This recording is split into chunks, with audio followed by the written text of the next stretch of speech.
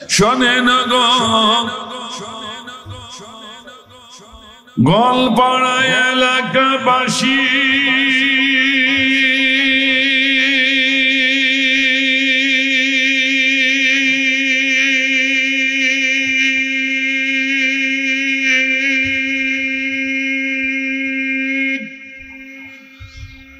আপনাদের যায় শোনায়া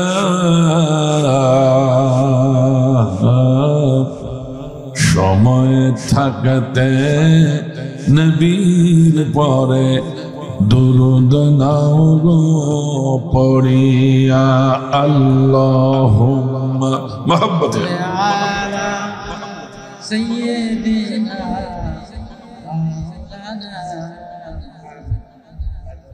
وعلى آله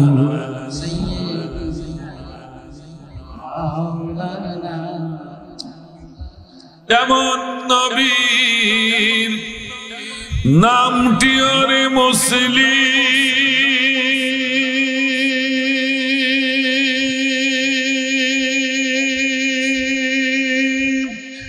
কেমনে থাকলি ভুলিয়া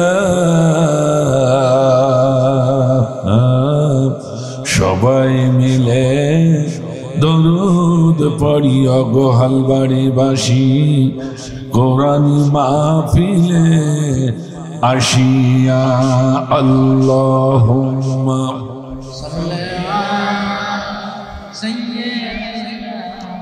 মাওলানা মুহাম্মদ وعلى آل سيدنا مولانا কোন একদিন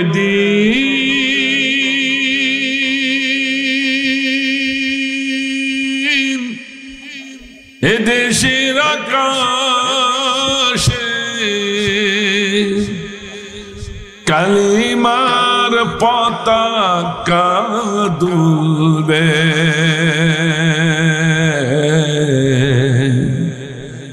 সেদিন সবাই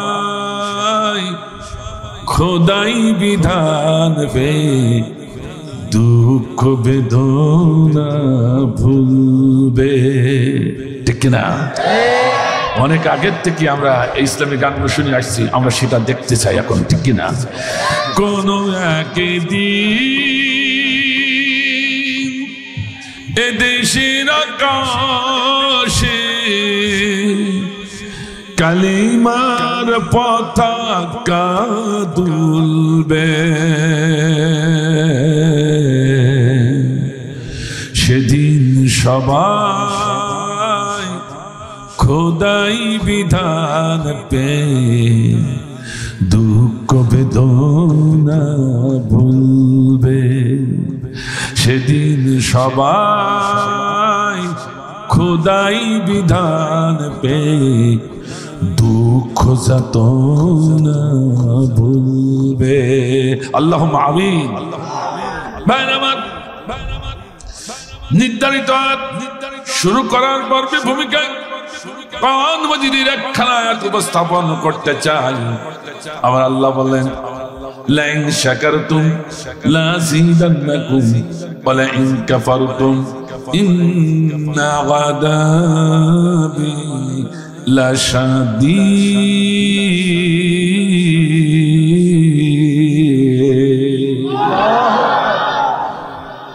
এই আয়াতটি আমরা সবাই জানি, কিন্তু এর ভালোভাবে মর্মার্থ আমরা উপলব্ধি করতে এখনো পারিনি, সেজন্য আমাদের এই দুরবস্থা। আল্লাহ বললেন, লাইন শাকারতুম, তোমরা যদি আমার নিয়ামতের শুকরিয়া আদায় করো, লাযিদান্নাকুম, অবশ্যই অবশ্যই অবশ্যই আমি তোমাদের বৃদ্ধি করে দিব, তোমাদের সব বৃদ্ধি করে দেব, তোমাদের কর্মের তৎপরতা আমি আল্লাহ বৃদ্ধি করে দেব। আল্লাহু আকবার বলেন। এই কথা কে বললেন? আমার ভাইজান, শুধু এইভাবে শুনলে হবে না। এখন আমরা অনেকে মনে করেছি শুকরিয়া আদায় করা, আলহামদুলিল্লাহ বলা, শুকরিয়া আদায় করা, সুবহানাল্লাহ বলা, এইটা শুকরিয়া আদায় হয়ে গেল। আমার ভাইজান, এই শুকরিয়া আদায় করার এখানে তাও বোঝাই নেই আল্লাহ যে ঘরের কোনায় বসে বসে তাসবিহ টিপবা, মাদ্রাসার কোনায় বসে বসে তাসবিহ টিপবা, অথবা হুজ্জা খানার কোনায় বসে বসে আল্লাহ আল্লাহ করবা, শুকরিয়া হয়ে যাবে। না না, এই শুকরিয়া আজকের যে শুকরিয়ার কথা বলেছে লা ইন শাকারতুম লা আযীদান্নাকুম, তোমরা যদি শুকরিয়া আদায় করো। কি শুকরিয়া শুনুন, শুকরিয়াটা কি, কিসের শুকরিয়া? আল্লাহ বলছেন এতদিন তোমরা চিৎকার করেছ নতুন স্বাধীনতা পেয়েছি 5ই আগস্টের পরে বৈষম্য বিরোধী ছাত্র আন্দোলনের কর্মীরা আমাদেরকে নতুন ভাবে জায়গায় তুলেছে, ঠিক কিনা জোরে বলো, এক কথা বলেন না কেন? আল্লাহ বলছে বৈষম্য বিরোধী ছাত্র আন্দোলনের কর্মীদের কাজ না, অসম্ভব। আগে আমার ছাত্র আন্দোলনের কর্মী ভাইরা থাকলে রাগ করে উঠে যাই না, পরের টুকু শোনো, এত কষ্ট করে শহীদ হলাম, হাত পা দিলাম, চোখ গেল, তারপর হুজুর কয় এটা আমাদের কাজ না। এটা শুনুন ভাইরা আমার, তার আগে শুনুন, সেদিন আমরা এসেছিলাম আল্লাহর ঘর বাইতুল্লাহ ভাঙবার জন্য। আবরা এসেছিলেন, আবরার বাদশা এসেছিল, বড় জালিম ছিল তৎকালীন জামানার, বড় জালিম। আমার ভাইজান এসে দেখে কোনো লোকজন নেই, কোনো লোকজন নেই। আবরা চিন্তা করলো, জালিম বাদশা আমরা চিন্তা করলাম ব্যাপারটা কি, আমার ভয় পালাই গেছে, কারণ আমি এখন পৃথিবীর সুপার পাওয়ার, যেমন আমেরিকা মনে করে আমি এখন সুপার পাওয়ার, আর মাঝে মাঝে আমাদের প্রতিবেশী রাষ্ট্র ভারত তাই মনে করে। কেবল শুরু হয়ে গেছে, ঠিক কিনা জোরে বলুন? মোদী সরকারের নাক দিয়ে চোখ দিয়ে কেবল পানি পড়া শুরু হয়েছে, আরম্ভ হয়েছে, কেবল খেলা শুরু, এখন কেবল শুরু। আল্লাহ বলেন খেলছেন কে, আর কে খেলছেন? আমার ভাইরা, চিন্তা করলো আমি তো বড় সুপার পাওয়ার, আমার ভয়তে সব পালিয়ে গেছে। আসলে সত্য কথা, সেদিন কুরাইশ বংশের লোক সব থেকে সাহসী ছিল, যারা কাউকে তোয়াক্কা করতো না, তারাও ঘরে উঠে বসে আছে। কিন্তু এত বড় পাওয়ার শক্তির সম্মুখে আমরা টিকে থাকতে পারবো না, ঘরে উঠে বসি। কিন্তু আমার ভাইয়ের একটা কথা শোনেন, ওরা পৌত্তলিক থাকলেও, ওরা মুশরিক থাকলেও, ওরা কিন্তু আল্লাহর ঘর বাইতুল্লাহকে ভালোবাসত।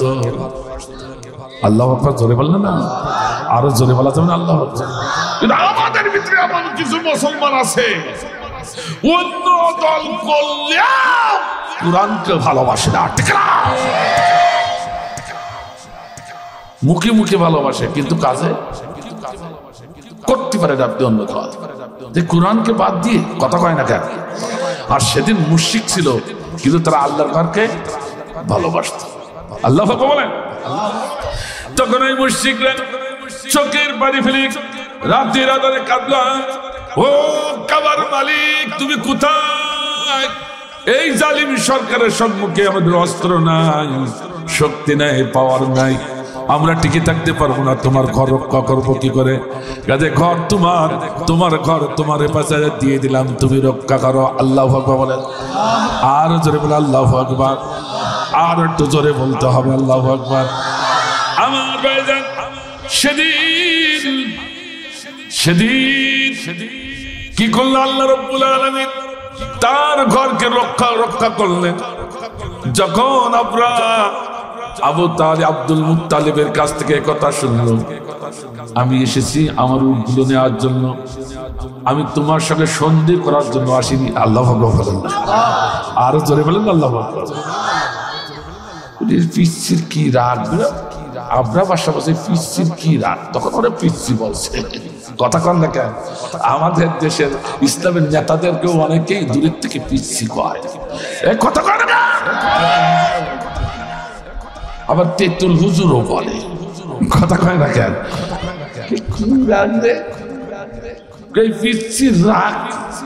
আমি কাবা ঘরের জন্য আসি নাই, সন্ধি করার জন্য। আমি এসেছি আপনার সৈন্য বাহিনীরা আমার কিছু বকরি উদ্ধরি নিয়ে এসেছে, আমার আমি ওর মালিক, ওই নীতি এসেছি। তখন রেগে গিয়ে বলে, এই কে আছিস? কাবা ঘর ভেঙে তছনছ করে দেয়, ওদের অহংকার দেখে, মাটিতে সমান করে। আব্রাহার হুকুম যেই হলো, সবাই ঝাঁপিয়ে পড়ল, আল্লাহও ঝাঁপিয়ে পড়লো নাকি? আল্লাহ রাব্বুল আলামিন সঙ্গে সে তয়রন আবাবিল তারমিহিম বিহিজারাতিন মিন সিজ্জিল। আল্লাহ আল্লাহ বলে, দাঁড়া আব্রাহাম, শেষ পর্যন্ত আমার ঘর উচ্ছিন্ন করার জন্য যখন উঠেছিস, শেষ সিদ্ধান্ত নিয়েছিস, আমিও শেষ সিদ্ধান্ত নিয়ে নিলাম। সুবহানাল্লাহ। ও আল্লাহ এখন নেই। বনি ইসরাইল আপনি খুলে দেখুন, আল্লাহ বলছে, ওয়াইজা কাদু লা ইস্তাফিজুনকা ফিল আরদ লিইখরিজুকা মিনহা ইলা আখিরা। নবী গো, তোমাকে ওরা বলেছিল অবশ্যই অবশ্যই তোমাকে উৎখাত করবো এখান থেকে। জেলে দিয়ে কাজ হলো না, তোমাদের মেরে কাজ হলো না, ক্ষুধার্ত রেখে কাজ হলো না, পানি বন্ধ করে দিয়ে কাজ হলো না, নারী বুড়ি সাফাই দিয়ে কাজ হলো না, দেশের থেকে তাড়িয়ে দিয়েও কাজ হলো না। তো এইবার আমরা শেষ সিদ্ধান্ত নিয়েছি, তোমাকে তাড়িয়ে দেবো তোমার দেশে। এটা হলো আমার দেশ, আমার বাবার দেশ, আমার দাদাদের দেশ, মদিনার দেশ। এই দেশে তুমি রাজনীতি করতে পারবা না, তুমি রাজনীতি করবে তোমার দেশ ফিলিস্তিনে চলে যাও। নবী তখন কাতরে বসে গেল। ওই জাল্লাযিনা ইয়ালবাসুনা খিলাফাকা ইল্লা কলিলা।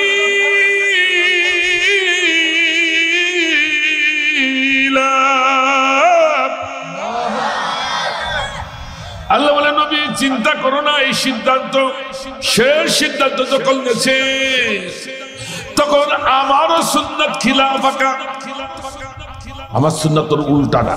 কে বলছেন? কে বলছেন? আল্লাহ বলছে উল্টাটা হলো আমার সুন্নাত। অত ওরা যে সিদ্ধান্ত নিয়েছে, আমি তার উল্টাটা করব। আমার পক্ষের মানুষকে আমি এখানে প্রতিষ্ঠিত করব, ওদেরকে তাড়িয়ে দেবো। আল্লাহ বলেন, হয়তো সামান্য কিছু সময়ের ব্যবধান। কথাকার জোরে বলেন, কথাকার। সেদিন বাংলাদেশের বড় বড় দলের নেতারা, কর্মীরা ঘরে উঠে বসে থাকলো। বিএনপির মতো শক্তিশালী কর্মী দলের নেতারা ঘরে উঠে বসা, চোখের পানি ছেড়ে কাঁদা ছাড়ার উপায় নাই।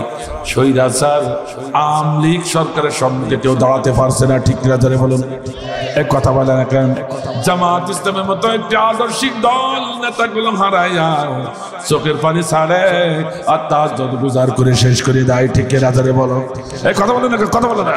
সেদিন যখন এখন শেষ সিদ্ধান্ত ঘোষণা করলো যে ওদেরকে ফাঁসি দিয়ে লাভ হলো না, কারাগারে দিয়ে লাভ হলো না, কুরাসে দিয়ে লাভ হলো না, গুম করে লাভ হলো না, আয়না করে দিয়েও ওদেরকে ঠান্ডা যখন করা গেল না, এখন একটি সিদ্ধান্ত, এ দেশ হলো আমার বাবার, এ দেশের রাজত্ব করবো আমরা, রাজনীতি করবো আমরা।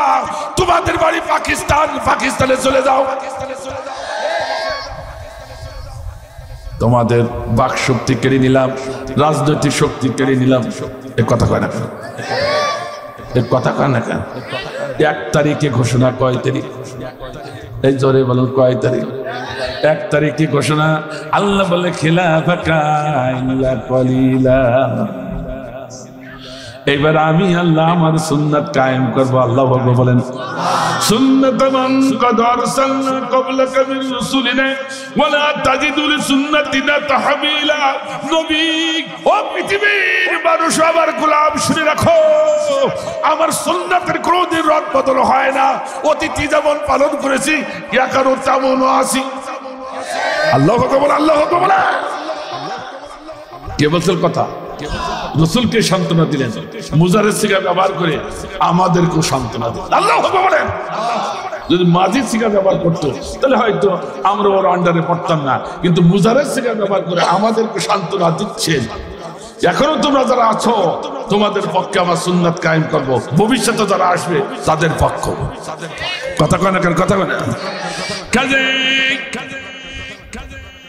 ও কোরআনের পক্ষের মানুষেরা, সেদিন এই যে ছোট্ট ছোট্ট আপনার আমার সন্তানগুলো মাদ্রাসার ছাত্রগুলো না আছে তাদের বাহুবল, না আছে তাদের অস্ত্রবল, না আছে তাদের অর্থবল, আহা না আছে তাদের কূটনৈতিক বল, কোনো বল তাদের নাই। অথচ তাদের হাতে এক নাই দুই নাই 13,000 নেতা কর্মী ভাগিয়ে ফেলাই গেল। বলেন আল্লাহ বলল ইরা বৈষম্য বিরোধী ছাত্র করবি না, এরা একটা হলো আবাবিল পাখি। আমি ওদেরকে আবাবিল পাখি বানায়া এই জালিম স্বৈরাচারকে তাড়াতে ব্যবস্থা করেছি। কে? এটা হলো আমার সুন্নাত। কে বললেন? আরো জোরে বলেন, কে বললেন? তাছাড়া কেউ কোনোদিন ভাবি নাই যে এরে তাড়ানো যাবে, ঠিক কিনা?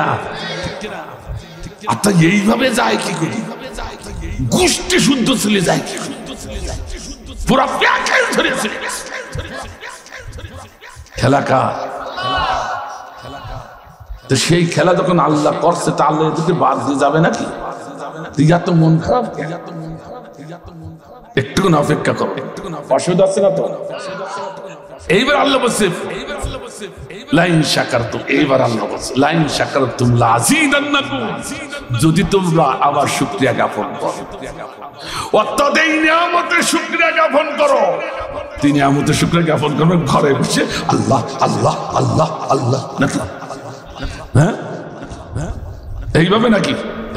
ওরে সর্বরানি আছে তো আমাদের দেশে, এখনো যায়নি। এখনো ইসলাম পরিপূর্ণভাবে কায়েম না হলে এগুলো দূর হবে না, ঠিক কিনা? খেলা কি সেদিন যেতে যেই শুনি ওরে বাবার বাসে, এখনো বাসে আছে। বলবো না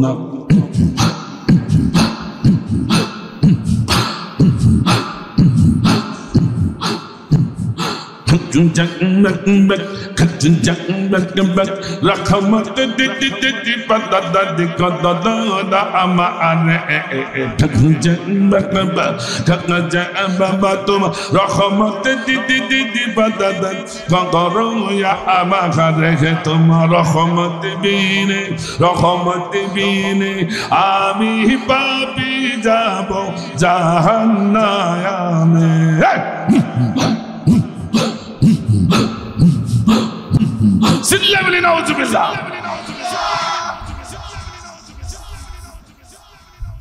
কি জিকির রে, কি শুকরিয়া! ওর ভিতরে যা আছে তা আমি বলতে পারছি না, ও সময় নেই আমার সম্মুখে যেতে হবে। আমার ভাইজান, এই নিয়ামতের শুকরিয়া আদায় করার অর্থ হলো, আমার আলেম ভাইরা রয়েছে, আমি এক নয় দুই নয় 22 অধিক বেশি তাফসীর গবেষণা করতে যেয়ে দেখলাম, কি দেখলাম? আল্লাহ দ্বিগুণ করে দেবে। সর্বনিম্ন আছে দ্বিগুণ করা। সর্বনিম্ন কি? যদি শুকর আদায় করে তো কি করবে? দ্বিগুণ করবে। এই দ্বিগুণ করার অর্থ তা না, এই দ্বিগুণ করার অর্থ হলো গাণিতিক হারে না জ্যামিতিক হারে? জ্যামিতিক হারে দ্বিগুণ। আল্লাহ বলে আরে ধরুন কি হারে? আরে ধরুন কি হারে? তুমি যদি শুকরিয়া জ্ঞাপন করো তাহলে জ্যামিতিক হারে আমি তোমাকে দ্বিগুণ করে দেবো, সফলতা এনে দেবো। আর যদি যদি না শুকরি করো, অকৃতজ্ঞ হও, তাহলে তোমাদেরকে আবার জ্যামিতিক হারে আমি শাস্তির ভিতরে পাকড়াও করবো। নাউজুবিল্লাহ ধরে বললেন না? জ্যামিতিক হারে মানে 1 2 3 এগুলো গাণিতিক হার, আর জ্যামিতিক হার মানে 1 থেকে 2, 2 থেকে 4, 4 থেকে 8, 8 থেকে 16, 16 থেকে 32। কথা ঠিক আছে? অর্থাৎ তোমরা যদি শুকরিয়া আদায় করো, যারা স্বৈরাচার বিরোধী আন্দোলনে তোমরা সাড়া দিয়েছিলে, সহযোগিতা করেছিলে, বৈষম্য বিরোধী ছাত্রদের সঙ্গে একত্রতা ঘোষণা করে এই জালিম স্বৈরাচারকে বাংলার জমিন থেকে দূর করেছো, তোমরা যদি শুকরিয়া জ্ঞাপন করো, শুকরিয়া জ্ঞাপন করার অর্থ শুনে রাখো, ওই স্বৈরাচার 13,000 যাক 28,000 যাক, ওদের প্রেতাত্মারা এখনো বসে আছে।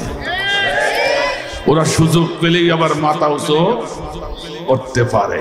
কথা ঠিক কিনা? এই জন্য তোমাদের ঐক্যবদ্ধ সেই একই প্ল্যাটফর্মে দাঁড়িয়ে স্বৈরাচাররা যেন নতুন করে মাথা উঁচু করতে না পারে সেজন্য সবসময় সচেতন থাকতে হবে। নামাজে যদি থাকেন, চাকরিতে যদি থাকেন, ব্যবসায় যদি থাকেন, গাড়ি চালকে যদি থাকেন, যদি নেতাদের ডাক এসে যায় স্বৈরাচারের মাথা উঁচু করেছে জমিনে, নামাজ ছেড়ে, চাকরি ছেড়ে, কাজ ছেড়ে একাত্মতা ঘোষণা করে ময়দানে ঝাঁপিয়ে পড়তে হবে।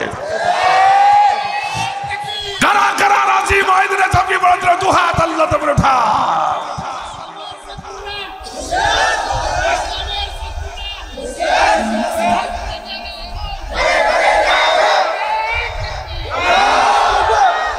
আলহামদুলিল্লাহ, এর নাম আছে শুকরিয়া। নতুন স্বাধীনতা পেয়ে ঘরের কোনায় বসে তাসবিহ জপছে কি, ময়দানে ডাকলে খুব আর খবর নেই। এরকম লোক আপনাদের এলাকায় নেই, মানে এর শুকরিয়া আদায় হবে।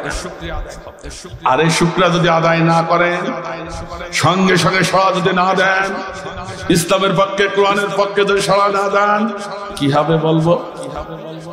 বলি দেবো আজকে ভালো করে কানটা খাড়া করে সূত্রটা দিয়ে যাচ্ছে, ওয়াজ করার সময় নেই। জামিতি খারে মানে দ্বিগুণ করা। তোমরা যেভাবে 16 বছর নির্যাতিত, নিষ্পেষিত, অত্যাচারিত হয়েছ, যদি তোমরা এখনো যদি ভুল করো, ওই সুপ্ত স্বৈরাচার আবার কারণ না কারোর সাথে একত্রতা ঘোষণা করে তোমাদেরকে বাংলা তুমি সবার আবার চেষ্টা করবে। কথা কর না কেন? আল্লাহ বলছে শুকরিয়া আদায় যদি না করো, তাহলে আমি জ্যামিতি খারে তোমাদের শাস্তি বাড়ায় কমপক্ষে দ্বিগুণ। কমপক্ষে কি? কমপক্ষে দ্বিগুণ, এটা তো আছে কমপক্ষে দ্বিগুণ। দ্বিগুণ যদি হয় জ্যামিতি খারে, 16 দুগুণে কত? এবার বুঝে ফেলেছেন? 16 দুগুণে 32 বছর তোমাদেরকে আবার নির্যাতিত হতে হবে ওই জালিমদের হাতে। কাজে সচেতন হওয়ার সময় এক্ষুনি, এক্ষুনি, কাল বিলম্ব করলে এক্ষুনি। কথা কন না কেন? রাজি আছি তো? আমি সচেতন করার জন্য আসুন, আমি কোরআন থেকে একখানায়, একটু ধৈর্য আছে তো ভাই, একখানায় শুধু এই সচেতন করার জন্য একখানায়। যদি না শোনেন, সচেতন যদি না হন, তো শুনে রাখেন আপনার কপালে ওই 32 বছর আবার ফিরে আসতো। ভাই আসুন, সূরাতুল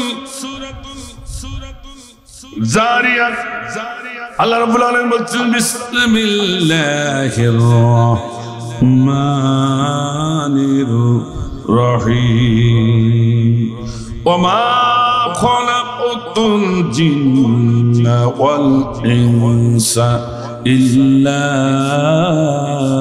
লিয়াবুদুন।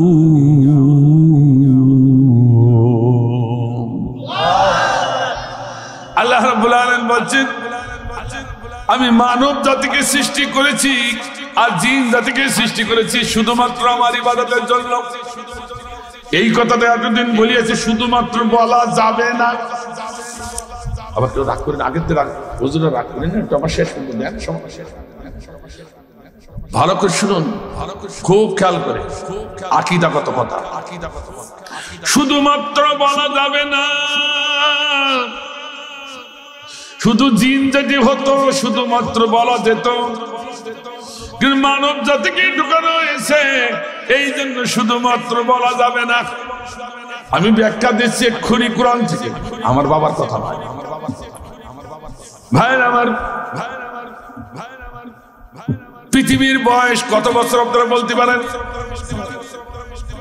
450 কোটি বছর। কত বছর? আর আমাদের বয়স কত তাকে জানেন? বাবা বলতে জানেন? 90-100 8,500 বছর। কত বছর? একটু অন্তত কিছু কথা মুখস্থ রাখুন। ইসলামে যে কিছু থাকবে না তা তো চলবে না। ছেলে মেয়েদের কি শিক্ষা দেবেন? হ্যাঁ, তাহলে পৃথিবীর বয়স 450 কোটি বছর, আর বাবা আদম থেকে পর্যন্ত 8,500 বছর। 450 কোটি বছরের 8,500 কিছু, কিচ্ছু না, কিচ্ছু না। তুই একবার কেন চিন্তা করলেন না যে 450 কোটি বছর পৃথিবীর বয়স, এই এতদিন আল্লাহ কি রঙ্গমঞ্চ করে খেলা করেছে? আল্লাহ খেলা করিল না, আল্লাহ উদ্দেশ্য ছাড়া কাজ করেন না, তার যথার্থ লক্ষ্য উদ্দেশ্য নিয়ে তিনি পৃথিবী সৃষ্টি করেছেন। তাহলে তিনি রঙ্গমঞ্চ করেন নাউজুবিল্লাহ, ঠিক কিনা?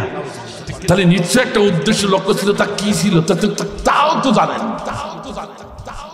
রাগ করতেছেন নাকি ভাই? আমার ভাই তাহলে শুনুন, আমরা হলাম ৪র্থ নম্বর জাতি। এর পূর্বে ৩ জাতিরে শেষ করেছে কে? কয় জাতি? আরো জোরে। প্রথম জাতির নাম ছিল হিন। কি বললাম? হিন। হিন জাতিকে সৃষ্টি করে একটি মাত্র দায়িত্ব দিয়েছিল। এই জন্য শুধুমাত্র একটি মাত্র ইবাদত করার দায়িত্ব দিয়েছিল। আমার আনুগত্য করবে এই দায়িত্ব দিয়েছিল। আমার কাছে ছাড়া কারো কাছে মাথা নত করবে না এই দায়িত্ব দিয়েছিল। কিন্তু কাল ক্রমে ওরা আল্লাহকে ভুলে যে নিজেরা আইন তৈরি করে সেই আইনই পারে চলা শুরু করলো। নাউজুবিল্লাহ বলেন, সুবহানাল্লাহ বলেন, আরো জোরে বলেন নাউজুবিল্লাহ। ও ভাই, মশলাটা আগে জেনে নেন, শিরকের গুনাহ আল্লাহ কোনোদিন ক্ষমা করেন না। আর যারা আল্লাহর আইন বাদ দিয়ে নিজের আইন তৈরি করে সে আইনই পারে চলবে, ওরা শিরকে আকবার করবে। কথা কয় না, কথা বলেন। শিরকে আকবার মানে বড় শির, আর বড় শির করলে আল্লাহ সহ্য করতে পারে না, সে জাতিকে ভ্যানিশ করে দেয়। কথাকে বোঝাতে পারছি? কথাকে বোঝাতে পারছি? এই জন্য হিন জাতি যখন শিরকে আকবার শুরু করেছে, তাদেরকে পৃথিবীর মুখ থেকে ভ্যানিশ করে দিয়েছে কে? কথাকে বুঝতে পেরেছে? এইবার আসলো ৩ জাতি। কি জাতি? ৩ জাতি। ওদের বাদ দিয়ে ৩ জাতি। তারা বললো আল্লাহ হ্যাঁ, আমরা তোমার কথা মতো সারাটা জীবন পরিচালনা করব। ওরাও মেনে নিয়ে সেভাবে কাজ শুরু করলো। কিছুদিন যাওয়ার পরে তারাও কি করলো? তারা আল্লাহর আইনকে ভুলে যায় নিজেরা আইন তৈরি করে সে আইনের পরে চলতে শুরু করলো। আল্লাহ সহ্য করতে পারলো না শিরক আকবার করার কারণে আল্লাহ ৩ জাতিকে ধ্বংস করে দিলেন। এবার ৩ নম্বর হচ্ছে জিন জাতি। কি জাতি? এটা সম্পর্কে, যেটা আমাদের সমসাময়িক, তো এটা সম্পর্কে আমরা অনেকে জানি। জিন জাতি। জিন জাতি কি? কি লক্ষ্য উদ্দেশ্য? সেটা কি? একমাত্র ইবাদতের জন্য। তো জিন জাতির জন্য শুধু একমাত্র ইবাদত চলবে, কিন্তু মানব জাতির জন্য না। এতদিন যা করেছি ভুল করেছি, শুধুমাত্র একমাত্র ইবাদতের জন্য আমি সৃষ্টি করেছি মানুষকে, এ কথা বললেই ভুল। জিনকে সৃষ্টি করেছি, এটা ঠিক আছে। ভালো করে শুনুন আমার ভাইজান, জিন জাতি এক সময় আল্লাহকে বলে যে তারা নিজেরা আইন তৈরি করে সে আইনই পরে চলতে লাগলো। আল্লাহর আইন আর ভালো লাগলো না। আল্লাহর সঙ্গে সঙ্গে জিন জাতিকে শেষ করার জন্য যখন মনোনিবেশ করলেন, কিছু জিন জাতি খুব তাবেদার ছিল। তারা বলল আল্লাহ, আমরা তো অন্যায় করি নাই, আমাদেরকে এইভাবে একেবারে বিলীন করে দিয়েন না। ওই হিন জাতি ৩ জাতির মতো পৃথিবীর বুক থেকে আমাদের একেবারে বিলীন করে দিয়েন না, একটুখানি সময় দিন, আমরা তো আপনার পক্ষে আছি। যা তোরা যখন আবেদন করলি, তোদের একেবারে বিলীন করলাম না, তো তোদেরকে শাস্তি স্বরূপ আমি তোরা মানুষের অদৃশ্যে থাকবি, তোদের নির্ধারিত কোনো জায়গা থাকবে না। আল্লাহু আকবার বলেন।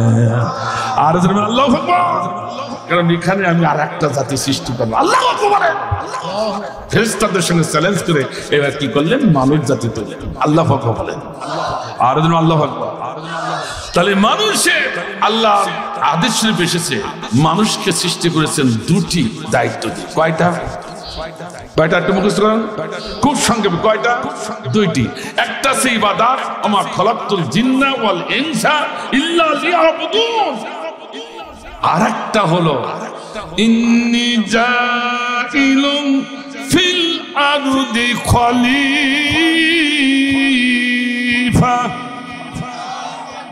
সূরাতুল বাকারা 30 নম্বর আয়াতে স্পষ্ট, বিস্তারিত বলতে পারছি না।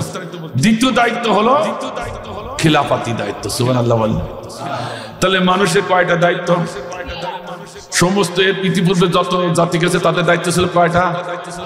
আর মানুষের কয়টা? এই জন্য মানুষের ইজ্জত সকল জাতির উপরে। সুবহানাল্লাহ জোরে বললেন না? সুবহানাল্লাহ। অথচ আমরা দুর্বল, জিনের সাথে কি আমরা পারবো? জিন যদি এখন বলে এখানে যারা আছে সবগুলো সব উড়াইনি ওই পাশে নদীতে ফেলে দিল, তা পারবে?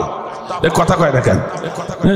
কিন্তু এত শক্তি থাকা পরা আমরা শ্রেষ্ঠ কেন হলাম? আল্লাহ বলেন, আর আল্লাহ আকবার। একবার ভেবে দেখবেন না আমরা শ্রেষ্ঠ হয়েছি দুইটি দায়িত্ব দেওয়ার কারণে। কয়টা? আর কয়টা? দুইটা। একটা হচ্ছে ইবাদত, আরেকটা হচ্ছে খিলাফত। অনুরোধ করে বলছি, হাতে ধরে পায়ে ধরে অনুরোধ করে বলছি, আমি কোন দলের পক্ষে বিপক্ষে বলছি না, আমি কোরআনের পক্ষে বলছি। বোঝার চেষ্টা করুন, বোঝার চেষ্টা করুন আমার ভাইরা। তাহলে মানুষের দায়িত্ব কয়টা? ইবাদত, খিলাফত। ইবাদত আর খিলাফত কেমন? একটা আর একটার পরিপূরক, একটা ছাড়া আর একটা হয় না। এতদিন যারা মনে করেছেন নামাজ পড়ে রোজা রেখে হাজ করে জান্নাতে যাব, তারা ভুল করেছে, টাটকা ভুল। আগে রাগ করে উঠে যাই না ভাইরা আমার। ইবাদত খিলাফত একটা আর একটার পরিপূরক। কেউ যদি শুধু নামাজ, রোজা, হজ, যাকাত এইগুলো পালন করে খিলাফতের ধারেও যায় না, ওর কোন ইবাদত আল্লাহর দরবারে কবুল হবে না। তাহলে একটা আর একটা পরিপূরক। উদাহরণটা এইভাবে দিলে আপনারা ভালো বুঝবেন। এই যে হোল্ডার, লাইট চলছে, হোল্ডারের ভিতরে দুটি তার, একটা পজিটিভ একটা নেগেটিভ। কথা ঠিক আছে কিনা? কেউ যদি পজিটিভ তার দিয়া নেগেটিভ টুকাই, একটা আর একটা পরিপূরক। কিন্তু এটা একটা আর একটা পরিপূরক, একটা ছাড়া আর একজন চলতে। কথা বুঝতে পারছেন তো আমার? কেউ যদি পজিটিভটাতে ঢুকা কিয়ামত পর্যন্ত আলো চান, আলো কি পাওয়া যাবে? যখন নেগেটিভটা তো সাথে ঢুকাবেন ঢুক করে আল্লাহ আকবার বলেন, আর আল্লাহ আকবার। এটা বুঝলেন? আবার দেখেন তো সুন্দর সুন্দর চেহারা আপনাদের আমাদের। এই চেহারা অস্তিত্ব কোথা থেকে এসেছে? নেগেটিভ আর পজিটিভ থেকে। বাবা মা, বাবার মা দুইজন যখন সমন্বয় হয়েছে তখন এই অস্তিত্ব, ঠিক কিনা?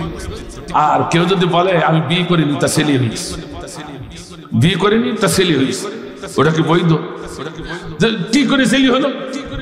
একটা আর একটা সমন্বয় না হওয়া পর্যন্ত সন্তান আসতে পারে। এমনি হয়েছে আমরা বুঝিয়ে ফেলেছি, এমনি হতে পারে না, নিশ্চয় গোপনে সাইড দেয় না। কথা কথা না, এমনি হওয়া সম্ভব না। আচ্ছা, তা দুনিয়া এত সুন্দর বুঝলেন, আপনি নিজেই ফতোয়া দিলে এমনি হয়েছে, ও সন্তান চাইতো সন্তান। কথা কয় না কেন? এই ফতোয়া আপনি দিতে পাচ্ছেন, কোরআনের বেলায় এসে ফতোয়া বন্ধ করলেন কেন? কোরআনের বেলায় এসে ফতোয়া কেন বন্ধ করছেন? যদি ওটা এরকম হয় যে সেরকম খিলাফত আর ইবাদত একটা আর একটার পরিপূরক, কেউ যদি শুধু খিলাফতই করে ইবাদত করবে না, ওর কোন ইবাদত আল্লাহর দরবারে কবুল হবে না। আবার কেউ শুধু ইবাদত করে খিলাফতি করবে না, ওর কোন আমল আল্লাহর দরবারে কবুল হবে না। কথাকে বুঝতে পারছেন? এখন বলে হুজুর খিলাফতি কি ভালো বুঝলাম না।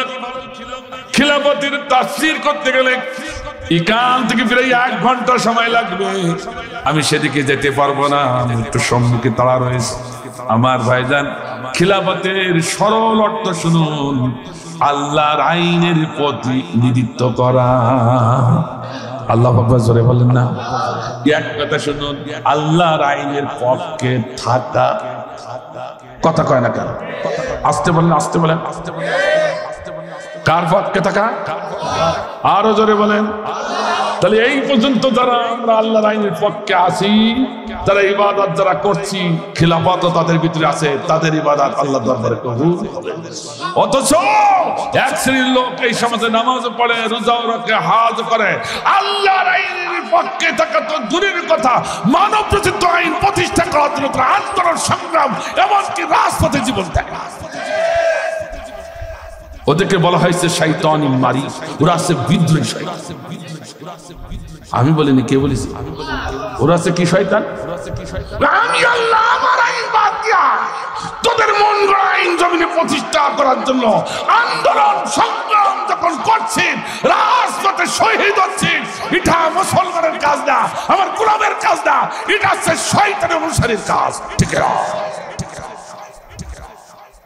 এই জন্য আগেই আমাদের সিদ্ধান্ত নিতে হবে, আমরা আল্লাহর আইনের পক্ষে না শয়তানের পক্ষে। সবাই রাজি আছে তো? আমার ভাইজান, যে আল্লাহর আইন আনার জন্য আল্লাহর নবী ওই উহুদের ময়দানে দান মুবারক শহীদ করেছেন, যে আইন প্রতিষ্ঠার জন্য আল্লাহর নবী ওই ইহুদি খ্রিস্টানদের নারী বুড়ি চাপা খেয়েছেন, যে আইন আনার জন্য আল্লাহর নবী শিহাবে আবু তালেবের ভয় 3টি বছর ধরে নির্মম জেল কেটেছেন, সেই আইন বাংলার জমিনে এখন দেখছি। আর কিছুদিন গেলেই বোধহয় আল্লাহর আইন বাংলার জমিনে পথ পথ করে উঠবে, কালেমার পতাকা পথ পথ করে উঠবে। সেই কালেমার পতাকাকে যদি নতুন করে বাংলার জমিনে ওই নব্য স্বৈরাচাররা আবার ব্যাহত করতে চায়, আবার বাধা দিতে চায়, ও গোয়ালহাটি বাড়ির যুবকরা, তরুণরা, ও আমার ভাইরা, তোমরা কি পারবে আল্লাহর পক্ষ হয়ে সেই আইনের পক্ষে দাঁড়াতে? কারা কারা রাজি আছে? দু হাত আল্লাহ তাআলার উঠায়। আল্লাহু আকবার।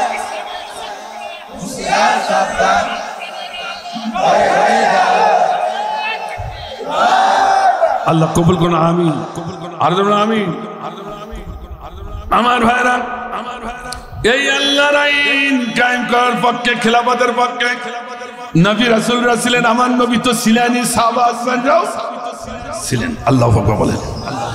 দেখুন হযরত উসমান জিন্নুরাইন রাসূলের ডাবল জামাতা, উনি মসজিদে ঢুকে দরজার কাছে দাঁড়িয়ে দেখে অর্ধজানের প্রেসিডেন্ট আমিরুল মুমিনিন হযরত ওমর ফারুক রাদিয়াল্লাহু তাআলা আনহু, উনি মসজিদে বসে একা একা বসে নিজের সোয়ালে নিজেই থাপ্পড় মারতেছে। নিজের সোয়ালে থাপ্পড়, এ সোয়ালে এক থাপ্পড়, এ সোয়ালে আরেক থাপ্পড়। অর্ধজানের প্রেসিডেন্ট উসমান জিন্নুরাইন চিন্তা করলো ব্যাপারটা কি? এক ভাইয়ের বিপদে পড়লে আর এক ভাই এগিয়ে যাবে, ঠিক কিনা? কিন্তু আমরা বিপদে পড়লে আর আগুন জ্বালাই দিতে চাই, মোর ভালো করে জ্বলুক, কথা কয় না কেন? উসমান জিন্নুরাইন এসে বলছে, আমিরুল মুমিনিন এভাবে কেন আপনি থাপাচ্ছেন, থাপড়াচ্ছেন নিজে চলে নিজে নিজে, অকারণে বুঝলাম না। উসমান ভাই কেন থাপড়াই তা তো একবার জিজ্ঞাসা করলেন না? হ্যাঁ আমি জানতে চাচ্ছি। আমি সেদিন ছিলাম দাস, আমার খালাম্মার দাস ছিলাম। আমি গরিব মানুষ, আমার পরিবারের সদস্যগুলো না খেয়ে মারা যায়। কি করি খালাম্মার হাত পা ধরে একটি চাকরির ব্যবস্থা করলাম। সেটা হলো কি বকরি চড়ানো। আমি ছিলাম রাখাল, বকরি চড়াই। সেদিন বকরিগুলো সব গুছিয়ে আমি বাড়িতে এনেছি। এনে আমার খালাম্মা গুনি দেখে 4টি বকরি শর্ট, 4টি বকরি নাই। সঙ্গে সঙ্গে খালাম্মা বসে, ওমর জি এই 4টি বকরি কি করলি? বাগে খাওয়াইছিস না কারো কাছে বিক্রি করেছিস? খালাম্মা আমি তো সব গুছিয়ে আনিস। এড়িয়ে গেছে। শোন, আমি অত কিছু বুঝি না। এই সন্ধ্যার ভিতরে 4টি বকরি যদি তুমি দিতে না পারো, তোমার চাকরি থেকে আমি বরখাস্ত করে দিব। এই কথা শুনিবা মাত্র অর্ধজানের প্রেসিডেন্ট উমর ফারুক রাদিয়াল্লাহু তাআলা রাখাল তখন পা জড়িয়ে ধরে বললেন, খালাম্মা অন্তত আমার চাকরিটা নষ্ট করে দিন না। আমার চাকরিটা নষ্ট হয়ে গেলে আমার বাবা মা কি খাইবে? নষ্ট করে দিয়েন না রে, নষ্ট করেন না রে খালাম্মা। আমি ওয়াদা করছি এখনই আমি ছাগলগুলো তলাশ করতে যাচ্ছি। যদি অন্ধকারে নেমে এসেছে বাঘের ভয়, তাতে কি হবে? আমি যাব আমার চাকরি বজায় রাখার জন্য। আমি চেষ্টা করব। যদি বকরির চাকরি না পাই তো অন্তত আমার চাকরি থেকে মজুরিগুলো কেটে কেটে 4টি বকরির দাম আপনি কেটে নিন। অনুরোধ করে বলছে, আমার চাকরিটা আপনি নষ্ট করে দিয়েন না, আমার পরিবারের সদস্যগুলো না খেয়ে মারা যাবে। আমি সেই ছিলাম, সেই রাখাল। আমার কি বা মর্যাদা ছিল? আর আজকে বিশ্বের মানুষরা 12.5 লক্ষ বর্গ মাইলের আমার প্রেসিডেন্ট বলে ঘোষণা করেছে, আমাকে সম্মান দেয়। আমি তো ভয় পাচ্ছি, আমি এদের এই সম্মানের খাতিরে আমি কখনো না যাইনি অহংকারী হয়ে মুনাফিক হয়ে যাই কিনা, তাই নিজের চলে আমি নিজে থাপড়ানো শুরু করেছি। আল্লাহু আকবার। কথাকে বুঝতে পারছেন? কোরআনের পক্ষের একজন নেতার নেতৃত্ব পাইলে সঙ্গে সঙ্গে সিজদায় পড়ে চোখের পানি ছেড়ে কাঁদে। আজকে ঢাকা বিশ্ববিদ্যালয়ের ছাত্রগুলো তো দেখলাম তাই এই কথা কয় না। আচ্ছা সত্য কথাটা বললে কি রাগ করবো? তারা নেতৃত্ব যেই পেয়েছে আগে সিজদায় পড়ে চোখের পানি ছেড়েছে। তারা বলেছে আল্লাহ এত বড় দায়িত্ব তুমি দিয়েছো, জাতির দায়িত্ব, মেরুদণ্ড দায়িত্ব, ঠিক রাখার দায়িত্ব, শিক্ষায় হচ্ছে জাতির মেরুদণ্ড, আর সেই বড় দায়িত্ব আমাদের পরে দিয়েছো আল্লাহ। না জানি তোমার দায়িত্ব যথাযথ পালন করতে পারি কিনা, তুমি যথাযথ যাতে পালন করতে পারি সেই শক্তি দান করো আল্লাহ। বলুন তো দেখি এরকম অনুভূতি তাদের ভিতরে তৈরি হয়ে যায়, তারা কি পরের মাল ফাঁকি দিয়ে খেতে পারে? কথা কয় না, কথা কয়, কথা কয় না, কথা কয়, কথা কয় না, কথা কয়, কথা কয় না। তাই তো আমি আমার চলে চড়াচ্ছি, তখন উসমান জিন্নুরাইন বলেন আমিরুল মুমিনিন ক্যাডিট এই সম্মান এ তো তোমার কারণে হয় নাই, কার কারণে? ওমর বলছে কার কারণে? এই ক্যাডিট এই সম্মান তুমি কোরআনের আইন চালু করেছো 12.5 লক্ষ বর্গ মাইলে, সেই জন্য আল্লাহ সম্মানিত করেছেন তোমাকে। আল্লাহ আরো জোরে বলেন আল্লাহ। একটি কোরআনের আইন বাস্তবায়নের পক্ষে একজন রাখাল যদি নেতৃত্ব দেয়, আল্লাহ রাব্বুল আলামিন রাখালকে ডক্টর শফিকুল রহমানের মতো করে দিতে পারে, ঠিক না? বেশি বলি ফেললাম। আমার ভাইজান সেজন্য ক্যাডিট কোরআনের কারণে কোরআনের আইন বাস্তবায়ন করেছো, তাই ওমর ফারুক চিন্তা করলেন তাই তো কোরআনের কারণে যদি আমার এত সম্মান হয়, সেই কোরআন আমার রাষ্ট্রে কেমন চালু হয়েছে তা তো একটু দেখার দরকার, ঠিক কি? আমার ভাইজান কোরআনের আইন চালু হলে যে সন্তানে অশান্তি না শান্তি আসবে একটুখানি দেখে যান। বলবো নাকি? আসতে পারেন না? আসতে পারেন, আরো আসতে। মাম্মাতা ওয়ালাম ইয়াকতুল ওয়ালাম ইউহাদ্দিস বিহি নাফসা মাতা আলা শুবাতিন মিনান নিফাক। রাসূল আমার বলেছেন যে ব্যক্তি নামাজ পড়লো, রোজা রাখলো, হজ করলো, বড় আমল করে মারা গেল, বড় ক্ষতি, বড় মুফতি, বড় মুহাদ্দিস হয়, বড় প্রিন্সিপাল, বলি ফেলে চাকরি করা, কারো তো বাদ দেবে না, বড় বক্তা হয়ে মারা গেল। অথচ আল্লাহর জমিনে আল্লাহর আইন বাস্তবায়নের জন্য এতটুকু তামান্না তার অন্তরে থাকলো না, আন্দোলন সংগ্রাম করলো না। আল্লাহ বলল যতই, রাসূল বললেন যতই আমল করুক না কেন ওর মরণ হবে মুনাফিকের মরণ। নাউজুবিল্লাহ, জোরে বলা যাবে না? তা আমি কি আপনাদের শত্রু না আপনাদের কল্যাণের জন্য কথা বলছি? আমি সহ আপনাদের বাঁচানোর জন্য কথা বলছি, মুক্তির জন্য কথা বলছি। যে নামাজ পড়ে, রোজা রেখে, হজ করি, যাকাত দিই, সেগুলো কেন অহেতুক হবে, সেগুলো কেন বরবাদ হয়ে যাবে, সেগুলো যাতে পরকালে আমরা পাই, সেই কথাগুলো বলছে, ঠিক না? আমার কথাকে আপনারা বুঝতে পারছেন? আল্লাহর আইন দিয়ে কিভাবে রাষ্ট্র পরিচালনা হচ্ছে। হযরত উমর ফারুক ছদ্মবেশে বেরিয়ে গেলেন, একটু দেখি আসি। ছদ্মবেশে বের হলেন ওমর ফারুক। ও ভাই, দূরের থেকে ঢিল ছুড়েন না। যারা বলেন আল্লাহর আইন কায়েমের দেশ চালাবে কি করে, ও কথা বলেন না, দূরের থেকে ভিতরে ঢুকিয়ে দেখেন। কথা কয় না, কথা কয় না, ভিতরে একটু ঢুকিয়ে দেখেন আল্লাহর আইন দেশ চলে কিনা। আল্লাহ বলেন এই কেবল শুরু হয়েছে, দেখেছেন না আপনারা? এই যুবকরা কথা কও না কেন? ওই এক মেয়ের কাছে সাংবাদিকরা প্রশ্ন করেছে, হাফ উলঙ্গ মেয়ে, মাথায় কাপড় নেই, কিছু নেই, চুল টুল সব সালান। বিশ্ববিদ্যালয় মেয়েরা কি আয়, ঢাকা বিশ্ববিদ্যালয়। তা বলছে আচ্ছা তুমি তো শিবিরের পক্ষে কথা বলছো, শিবিরের পক্ষে কথা বলছো, তাকে ভোট দিয়েছো, তা তুমি কি জানো তা কি গিরা শরিয়াতি আইন কায়েম করে দেবে, অর্থাৎ তোমাকে বোরকা পড়তে হবে, হেজাব পড়তে হবে, নাহলে কলেজে আসতে পারবে না। তাতে কি হয়েছে? যদি সবাই বোরকা পরে, সবাই হেজাব পরে, আমার প্রতি তো আর বাধা নেই। কিন্তু আমি তো একটা নিরাপত্তা পাচ্ছি, তা কি? আর আমার হতাশ হতে হবে না, কারণ রুমে যে আর 3 দিন থাকা লাগবে না। এ কথা কয় না, মুরব্বীরা না জানে, যুবকরা তো জানে।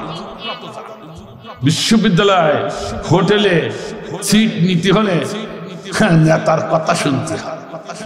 হ্যাঁ, 3 রাত 2 রাত 5 রাত থেকে তার সিট পাবা।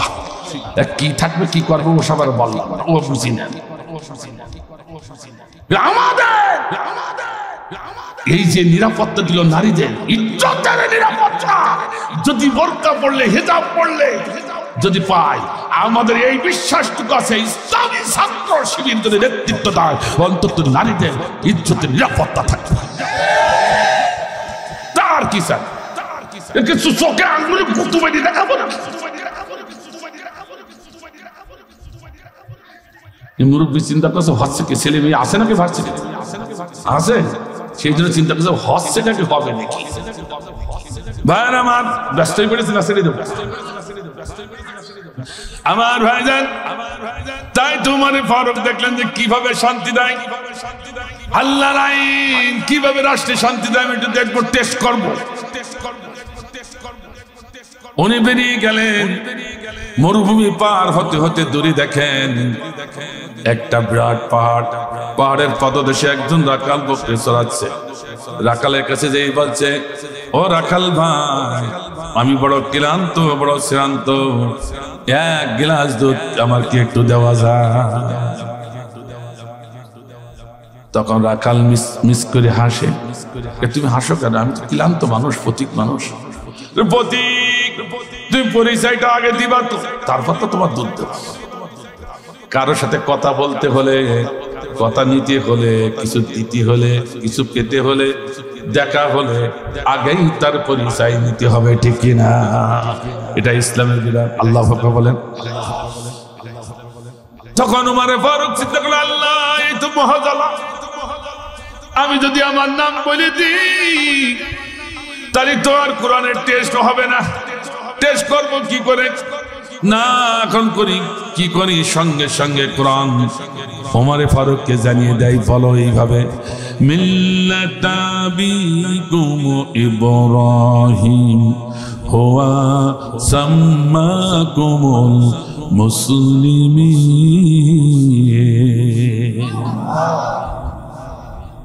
সঙ্গে সে আয়াত বলে দিল যে আমি মুসলমান, আমার জাতির পিতার নাম ছিল ইব্রাহিম খলিল। আল্লাহু আকবার বলেন। আমাদের জাতির পিতার নাম কি? একটু জোরে বলেন, আর একটু জোরে বলেন। ও ভাই, হাতে ধরি, পায়ে ধরি, কেউ যদি ইব্রাহিম খলিলকে বাদ দিয়া বা ইব্রাহিম খলিলকে জাতির পিতা মানেন, ওই সাথে যদি আর একজনকে মনে মনে জাতির পিতা মানেন, আল্লাহর কসম ইমানদারের খাতায় আপনার নাম থাকবে না, কাফিরের খাতায় নাম উঠে যাবে। বলে হুজুর এত বড় কথা বললেন, আমার দেশে তো এরকম অনেক আছে, এক কথা কয় না কেন? ইব্রাহিম খলিলকেও জাতির পিতা মানে, আবার মনে মনে আর একজনকেও মানে, আবার ব্যাখ্যা দেয়। তো কোন দর্শন, কোন ব্যাখ্যা খাটবে না, কোন মানতে খাটবে না। কারণ আমার আলেম ভাইরা এখানে আছেন, আমার প্রিন্সিপাল হুজুর আছে, মিল্লাতা আবিকুম 1 বছর ব্যবহার করেছেন। কয় বছর? 1 বছর সিঙ্গুলার নাম। আল্লাহ বলছে যে সর্বকালে সর্বযুগে মুসলমানদের জাতির পিতা থাকবে কয়জন? একের অধিক জাতির পিতা যে মেরেছে, কোরআনের একটি আয়াত অস্বীকার করার কারণে ও আর মুসলিম নাই, কাফের হয়ে গেছে। ঠিক না? সংশোধনীটি দিয়ে দিলাম, রাগ করলেন নাকি ভাই? এরকম মানুষ বলে এখনো গোপনে গোপনে আসে। সেই ভাইদের আক্রোশ করে বলছিলাম, আবেদন করে বলছে, ভাইদের ফিরে আসুন, ইসলামের পতাকা তলে, কোরআনের পতাকা, কপালটা নসিবটা ভালো করে যান। ভাইয়ের আমার, এই কথা যেই বলেছে তখন রাখাল মিস মিস করে হাসছে। বলছে, রাখাল তুমি হাসছো কেন? তুমি কি অর্থ বোঝো না?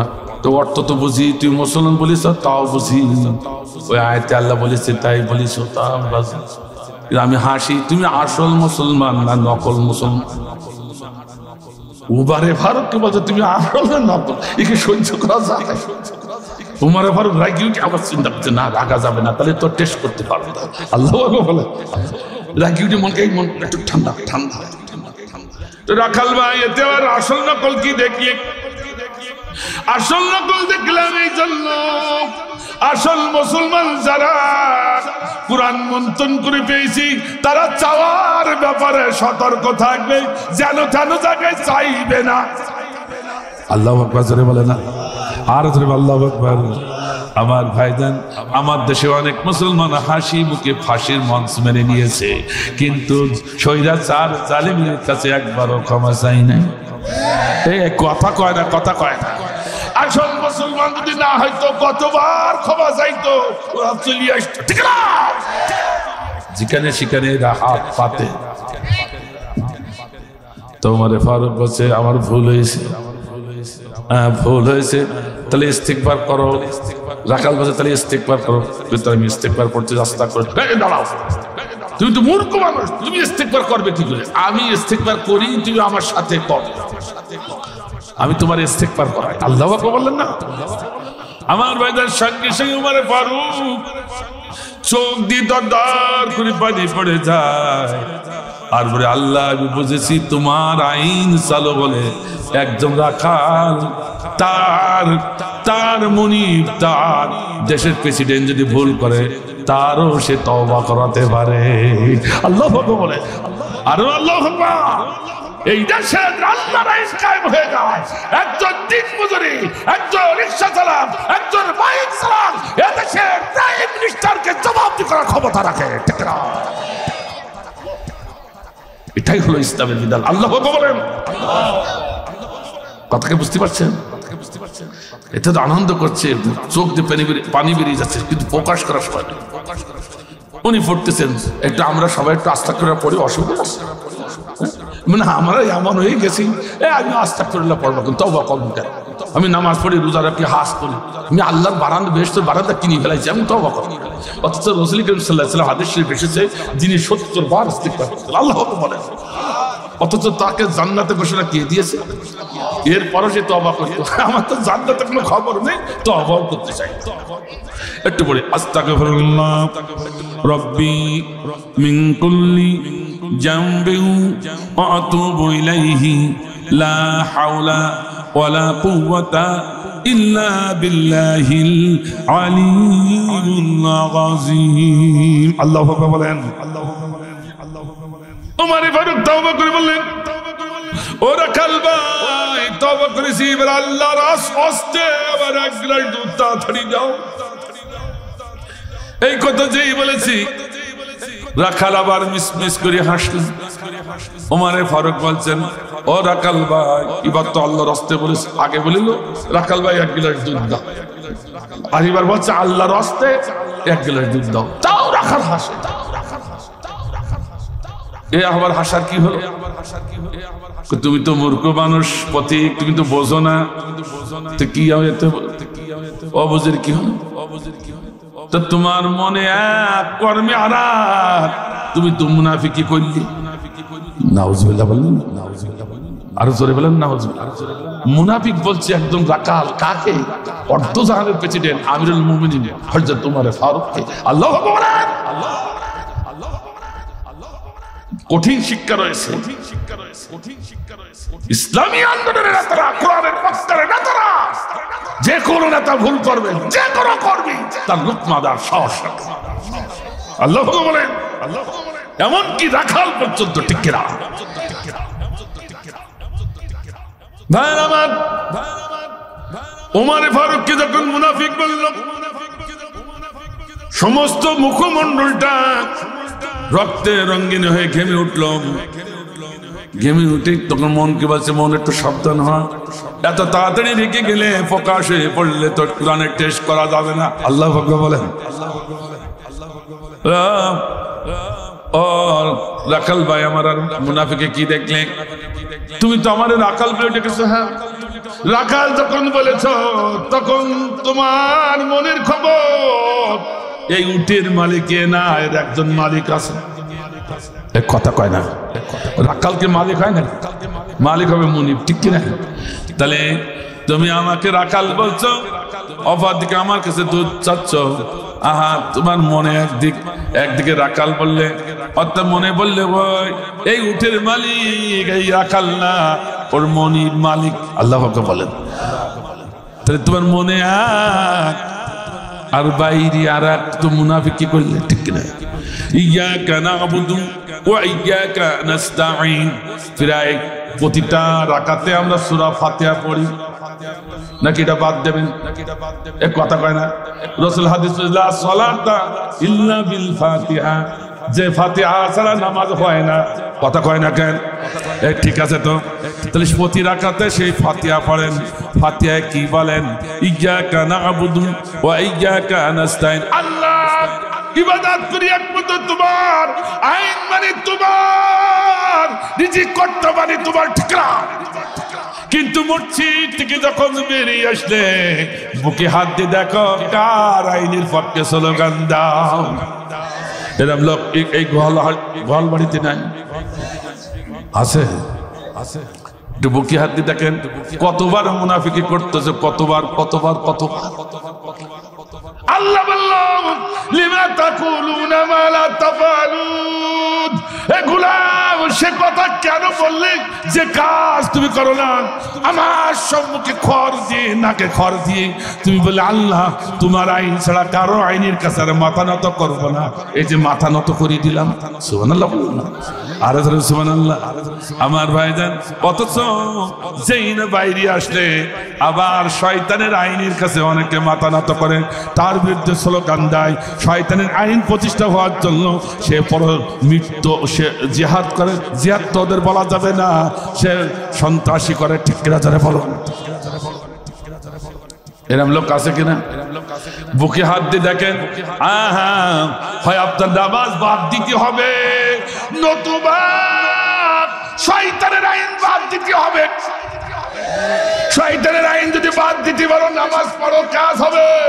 আর শয়তানের আইন যদি বাদ না দাও, বারবার আল্লাহর সঙ্গে মুনাফিকি করো না।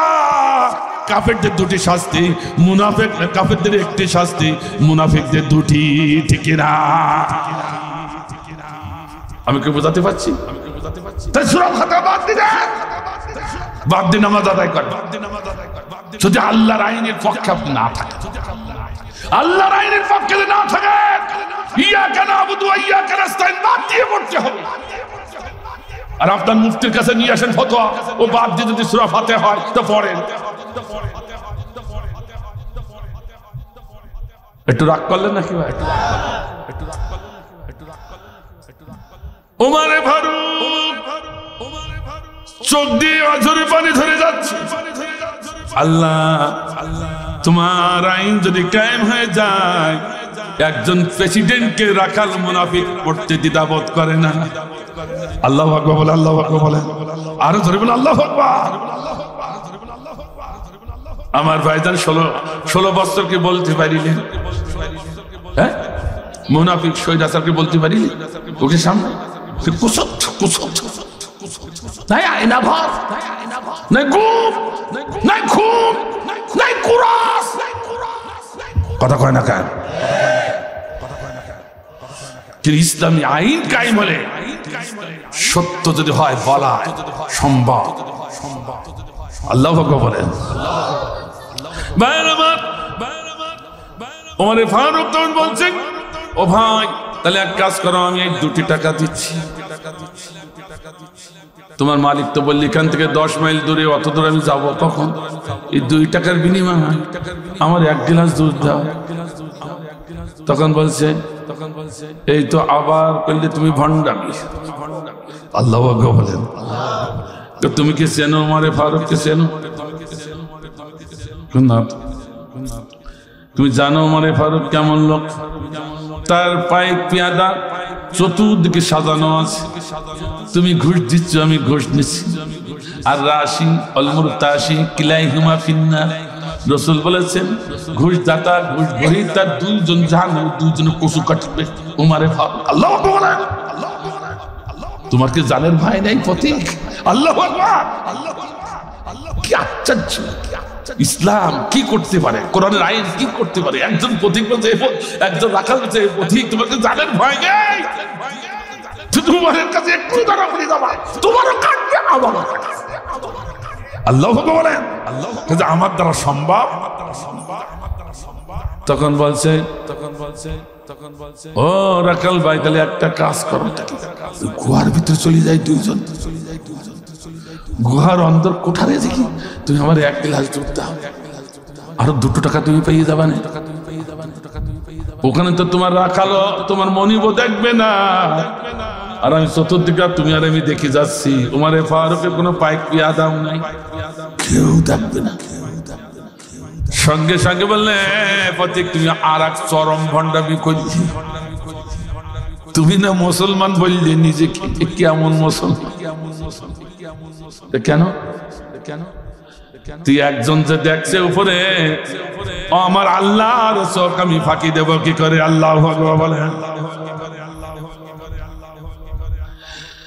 আমার আল্লাহ বলেন যেখানে কেউ দেখে না, কেউ শোনে না, অনুভূতি আনা যায় না, এমন জায়গায় যারা আল্লাহকে ভয় করে, আল্লাহর আইনের দিকে যারা মাথা নত করে, তারাই সব থেকে বড় উত্তম আমল করে, ঠিক না? এই জন্য আহসানু আমালা, এইটাই হলো সব থেকে উত্তম আমল। আল্লাহু আকবার।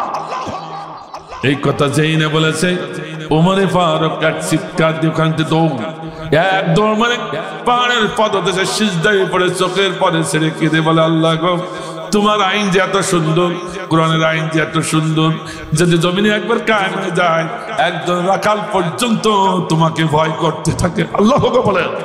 আর আল্লাহ অমনি রাখাল চিন্তা করলো, তাই তো আমি এই প্রতীককে বড় কষ্ট দিয়েছি, কিন্তু করার তো কিছু নাই, আইন সঙ্গে শরিয়ত সম্মত না হলে আমি তো কাজ করতে পারি না। আল্লাহ বলেন। কিন্তু যেভাবে দৌড়াইছে, প্রতীকটা আত্মহত্যা করে কিনা, যদি আত্মহত্যা করে তার থেকে রক্ষা করার দায়িত্ব আমি মুসলিম আমার। আল্লাহ বলে। দেখছেন অবস্থা কি? দেখছেন? আর আমরা তো মারতে পারলে বেশি যায়, কথা কয় না কেন? আত্মহত্যা করেন, এই জন্য রাখালও ছুটে চললো তার পিছনে। ছুটে চলে নামাজে যে কান্নাকাটি করছে, কান্নাকাটি যখন করছে, তখন ওই রাখাল দাঁড়িয়ে বলছে, ও প্রতীক বাবা, প্রতীক ভাই, যতই তুমি কান্নাকাটি করো না কেন, আমি দুধ কিন্তু তোমার দিতে পারলাম না। আল্লাহু আকবার বলেন। আর আল্লাহু আকবার। তখন বলছে দুধের আমার দরকার নাই। ও রাখাল ভাই, তোমার কাছে জানতে চাই, এত কষ্ট করো, রোদ্রে পুড়ে কালো হয়ে গেছে, কয়লার মতো হয়ে গেছে, তারপরে তোমার হৃদয়ে তো আল্লাহর প্রেম, এত আল্লাহকে ভয় করো, তো আল্লাহর আইনকে মেনে চলো, বলো বলো বলো বলো, ও রাখাল ভাই, এর বিনিময় তুমি কি চাও? দিবে? প্রতীকভাবে দিতে পারবে? হ্যাঁ। রব্বানা আতিনা ফিদ দুনিয়া হাসানাতাও ওয়া ফিল আখিরাতি হাসানাতাও ওয়া কিনা আযাবান নার। বলছে রাখাল, আমি তোমার বললে তুমি কি চাও? তুমি একটা কোরআনের আয়াত পড়িয়ে দিলে, এই জন্য বলেছি তুমি অশিক্ষিত। ওর ভিতরে আমি সব চাইছি, আমার লামা শিখাইছে যেভাবে, আমি সেইভাবে চাইছি। আল্লাহ বলেন। কি চাইলে? আমি চাইলাম রব্বানা আতিনা ফিদ দুনিয়া হাসানা, আল্লাহ তুমি আমার দুনিয়ায় হাসানা দান করো, ওয়া ফিল আখিরাতি হাসানা, আর পরকালে হাসানা দান করো। দুনিয়ায় হাসানা কি? দুনিয়া হাসানা হলো আমার মনে বড় ইচ্ছা, আল্লাহ গো, যার নেতৃত্বে 12.5 লক্ষ বর্গ মাইল আল্লাহর আইন কায়েম হয়েছে, এত সুন্দর একটা রাষ্ট্র চলছে, যার নেতৃত্বে, সেই ব্যক্তিকে, সেই উমারকে একবার হলেও তুমি আমাকে দুনিয়াতে দেখাইয়া দাও, এইটা হলো আমার দুনিয়ার হাসানা। আল্লাহু আকবার বলেন। আর পরকালের হাসানা হলো আল্লাহ পরকালে আল্লাহ তোমার আমল করছি, তোমাকে ভালোবেসেছি, তার বিনিময় তুমি আমার একখানা জান্নাত তুমি লিখে দিও। আল্লাহকে বলো, যেই বলেছে জান্নাত লিখে দিও, অমনি উমরে ফারুক ডান হাতটা টান মেরে ধরে বলে, হে রাখাল ভাই, তোমার জান্নাত হয়ে গেছে। জান্নাত কি করি বললে? আল্লাহ বলেছে, আমি বলি নাই। ইন্নাল্লাযীনা ক্বালু রাব্বুনাল্লাহু সুম্মা ইসতাকামু তাতানাজ্জালু আলাইহিমুল মালায়েকা ইলা আখির আয়া। আল্লাহ কারীম বলেছে, যারা আল্লাহকে ভালোবাসে, আল্লাহর আইনের কাছে মাথা নত করে ইস্তেকামত থাকে জমিনে, আল্লাহ বলে জমিনে সোজা হয়ে দাঁড়িয়ে থাকে আল্লাহর আইনের পক্ষে, বুকটা সাজদা হয়ে যাবে স্টেট গ্যালারি বলেছে, তবু ওরা আল্লাহর আইনের বিপক্ষে মানব আইনের কাছে মাথা নত করবে না। এর নাম ইস্তেকামত। আল্লাহ বলেন, তাদের জান্নাতের গ্যারান্টি আল্লাহ দিয়েছে। আল্লাহ বলেন, তো রাখাল বলছে, আমি বুঝতে পেরেছি, ও বাকিটা সবাই দিতে পারে না, বাকিটা সবাই দিতে পারে। বলে মাদ্রাসার জন্য একটি কোরআন দান করলে তোমার 14 গোষ্ঠী আল্লাহ জান্নাতে নিয়ে যাবে। 100 টাকা যদি দান করে তোমাকে আল্লাহ মাফ করে জান্নাতে ঢুকিয়ে দেবে। এই বাকি সবাই বলতে পারে, আমি নগদ যেটা চাইলাম সেটা তো তুমি দিতে পারলে না। দেখি যে উমারকে একটু দেখতে চাই, এই নগদটা তোমার দিতে কি হয়েছে, বাকিটা শূন্য থাক। কথা বুঝতে পারেন? উমারে ফারুক চিন্তা করলো, তাই তো আমি যদি এখন নিজেই বলি আমি সেই উমার, তো ও তো হাটফেল করে মারা যাবে। আমি অশিক্ষিত বলে গালি দিয়েছি, ভণ্ড বলে গালি দিয়েছি, মুনাফিক বলে গালি দিয়েছি, আর সেই যদি বলে আমি সেই উমার, তো তো মরিয়ে যাবে হাটফেল করে। তো পরিচয় আমি তো দিতে পারবো না এইভাবে। কি করি? আল্লাহ বলেন, একটু ধৈর্য ধারণ করো। ইন্নাল্লাহা মা'আস সাবিরিন। ধৈর্য ধারণ করলে আল্লাহ তার সঙ্গে আছে, ঠিক কিনা ধরে বলো। আবার ভাইজান সঙ্গে সঙ্গে ওমরে ফারুক বললেন, ও ভাই, তুমি সত্যি কি ওমরকে দেখতে চাও? তাহা তুমি নামাজ পড়ো। এই আর এক ভুল করলে, আমি মুসলমান যেদিন তওবা করে আমি কোরআনের কাছে আমি মুসলিম হয়েছি, সেদিন থেকে 5 ওয়াক্ত নামাজ জামাতে পড়ি, সুবহানাল্লাহ। কিন্তু আমি রাখাল মানুষ, মসজিদের ভিতরে ঢুকতে পারি না, যেখানে যায় সেই এলাকায় বারান্দায় নামাজ পড়ি। বড় বড় সাহাবীরা থাকে, মন্ত্রী মিনিস্টাররা থাকে, ওদের পাশে গেলে আমার কাজে গন্ধ বেরোবে, সেই জন্য আমি যেতে পারি না, বারান্দায় পড়ি। বলছে, রাখাল ভাই, ওমরে ফারুককে দেখতে চান? আমি বলে যাচ্ছি, আজকে তুমি মসজিদে নববীতে যাবে নামাজ পড়তে। মসজিদে নববীতে প্রথম কাতারে তুমি যেই বসবে। আমি সংক্ষেপে শেষ করে দিচ্ছি, ব্যস্ত হয়ে পড়েছেন আপনারা আমার ভাইদান। ঠিক আছে প্রতীক ভাই, তুমি যখন বললে আমার বড় আশা, অনেক দিন ধরে চিন্তা করছে, কিন্তু আমি তো ফাঁক পাই না। আমি তো একজনের রাখাল, কিন্তু দাস, তার কথা মতো আমার চলতে হয়, এই জন্য আমি কোনো সুযোগ পাই না। তাতে এতটুকু সুযোগ করেছি, আমি যে এলাকায় থাকবো আজান ওখানে দৌড়ে যাই মসজিদে নামাজ পড়ি আসবো। আল্লাহ বলেন, এই পারমিশনটা দেওয়া, এই জন্য আমি সুযোগ করে উমারে ফারুককে তলাশ করতে পারিনি, দেখতেও পারি নাই। তা আজকে যখন বলছো, বলো মসজিদে নববীতে আগের কাতারে বসবে, বড় বড় সাহাবী আছে, বসবে, তাতে নেয়, তুই ঢুকিয়ে দেখো। বলে, তাহলে আজকে আমি ইশার নামাজ জামাতে পড়ব এবং ফজর পর্যন্ত বসে থাকবো। এই প্রতি এই রাখাল না, এ কাজ করা যাবে না। 5 ওয়াক্ত নামাজের 2 ওয়াক্ত লম্বা সময় কেন দিয়েছে জানো? তা তো জানি না, এবার শিখাচ্ছে উল্টো।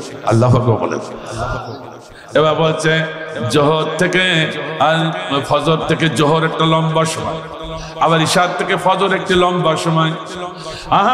এই যে লম্বা সময় দেওয়া হয়েছে, ফজর থেকে জোহর, এ সময় মানুষ কাজ করবে, অনেক ক্যালোরি নষ্ট হয়ে যায়।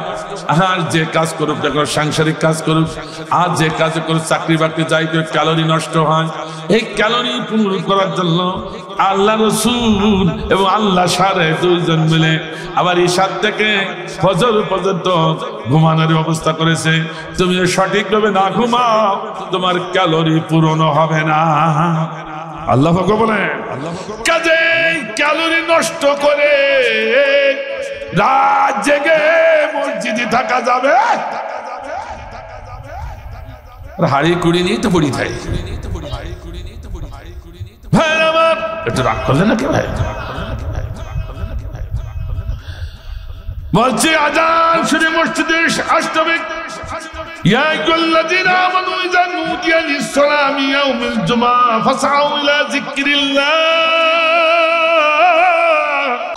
আজান শুনে মসজিদে ঢুকবা। فإذا قضيت الصلاة فانتشروا في الأرض وابتغوا من فضل الله। মসজিদে ফরজ নামাজ আদায় করার পর মসজিদে কোনায় হুজরাখানার কোনায় বাড়ির কোনায় বসে থাকতে পারবে না, জমিনে ছড়িয়ে পড়বা। কথা কা মসজিদে তোমার রাত দিন শুয়ে থাকার কথা কে বলেছে? একটু রাগ করলে নাকি? তাহলে প্রতীক আমি তাই করবো। আজান শুরু যেই না মসজিদে নববীতে আজান শুরু হয়েছে, অমনি দৌড় এসে দেখে আমার ভাইজান, এসে দেখে মসজিদে সব প্রায় ফিলাম। মসজিদে নববী বিশাল মসজিদ, যারা হজ করেছে ফিলাম। কোথায় যাবো, কোথায় বড় তাকাই দেখে সামনে একটা জায়গা খালি। ও তখন খালি জায়গায় যাওয়ার জন্য কেউ বিড়ালের মতো পা বাড়াচ্ছে। ছোট মানুষ, গরিব মানুষ, বুঝতে পারছেন না? বড় লোকের ভিতরে গেলে একটু মনটা ছোট থাকে, কিন্তু দেখেন তা তো না। বড় বড় সাহাবীরা রাখালকে পথ করে দিয়েছে সামনে যাওয়ার জন্য। সুবহানাল্লাহ বলে বুঝছে আল্লাহ, এতদিন তো মসজিদের ভিতরে ঢুকি নাই, তাই বুঝতে পারেনি। আমি মনে করতাম মসজিদের ভিতরে বড় বড় মন্ত্রী মিনিস্টার সাহাবীরা, ওখানে আমার জায়গা হবে না, তাই বারান্দায় পড়ি। এখন দেখি মসজিদের ভিতরে ঢুকে দেখি শান্তি আর শান্তি, বড় যা ছোট যা সব সমান। আল্লাহু আকবার বলে আর আল্লাহু আকবার। আগে না ঢুকে বাইরে বসে প্রশ্ন করবেন কেন? ঢোকেন আগে, ঠিক কিনা? সামনে জায়গায় যে বসেছি, বসে শুধু তাকিয়ে আছি কখন আসবে উমারে ফারুক। দেখবে এক বছর আল্লাহ দুনিয়ার হাসান আমার হইয়া যাবে, একবার দেখে চলে যাব। এই বড় বড় সাহাবের ভিতরে আমি আর আসবো না। ইতিমধ্যে উসমান জিন্নুরাইন এসে হাজির। আসি দেখে আমার জায়গা দখল। অবশ্যই জায়গা দখল করা জায়েজ নাই, কবিরা গুনাহ। তবে রাসূল করিম সাল্লাল্লাহু আলাইহি ওয়াসাল্লাম বলেছেন যে আমি যখন ইন্তেকাল করব তখন ইমামতি করবে আবু বকর। কে করবে? আবু বকর। তার পিছনে দাঁড়াবে কে? উসমান জিন্নুরাইন। আর আবু বকর যখন মারা যাবে তখন ইমামতি করবে উমারে ফারুক।